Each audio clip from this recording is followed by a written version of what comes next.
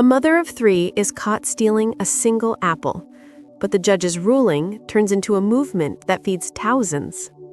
It was a chilly evening in December. A small grocery store in the middle of the city was almost closing when the cashier noticed a woman slipping something into her coat pocket. It was just an apple. The store owner stopped her at the door. "Ma'am, you didn't pay for that." The woman froze, her face pale. Tears filled her eyes as she whispered, "I'm sorry, my little boy hasn't eaten in 2 days. I just wanted to bring him something, anything." The police were called, and within an hour, she was standing in front of a judge. Her name was Maria, 31 years old, unemployed, mother of 2. Maria stood trembling before the court, holding a small paper tissue.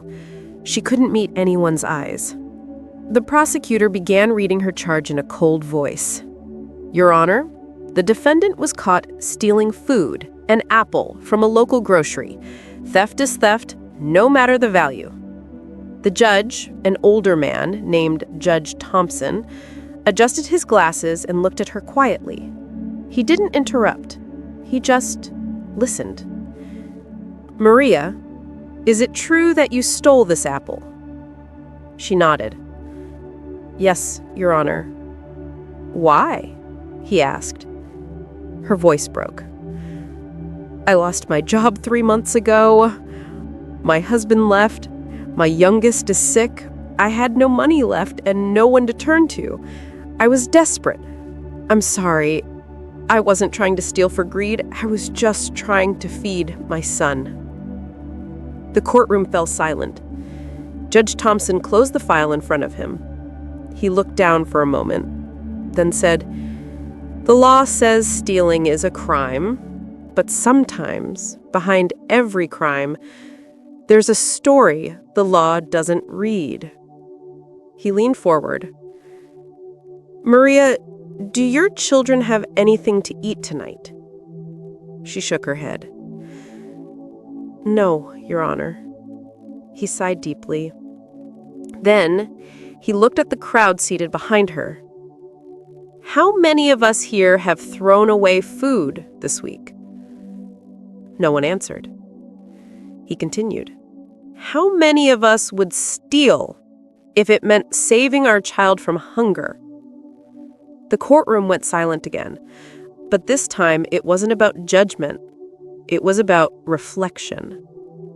After a long pause, the judge said, "Maria, I have to uphold the law, but I also have to uphold humanity." He reached into his pocket and pulled out a $100 bill. "This," he said, placing it on the bench, "is to pay your fine and to buy groceries for your children tonight." Gasps filled the courtroom. Then he turned to the clerk. "Record that the fine has been paid, not by the defendant, but by the court." He wasn't finished. Judge Thompson then stood up and said to everyone in the room, "Ladies and gentlemen, if one mother has to steal food to feed her children, then we, as a city, have failed her." He paused. "So from this moment, I'm starting something new, a Food for Dignity fund. Every person who's able will donate just $1 so that no child in this city will go to bed hungry again." The courtroom erupted in applause. Even the prosecutor, who had been firm at first, quietly took out his wallet and added money to the fund. By the end of that week, the fund had raised enough to feed over 3,000 families in need. Maria was given a job through one of the donors who heard her story. She worked at a bakery, saved up, and sent her children back to school.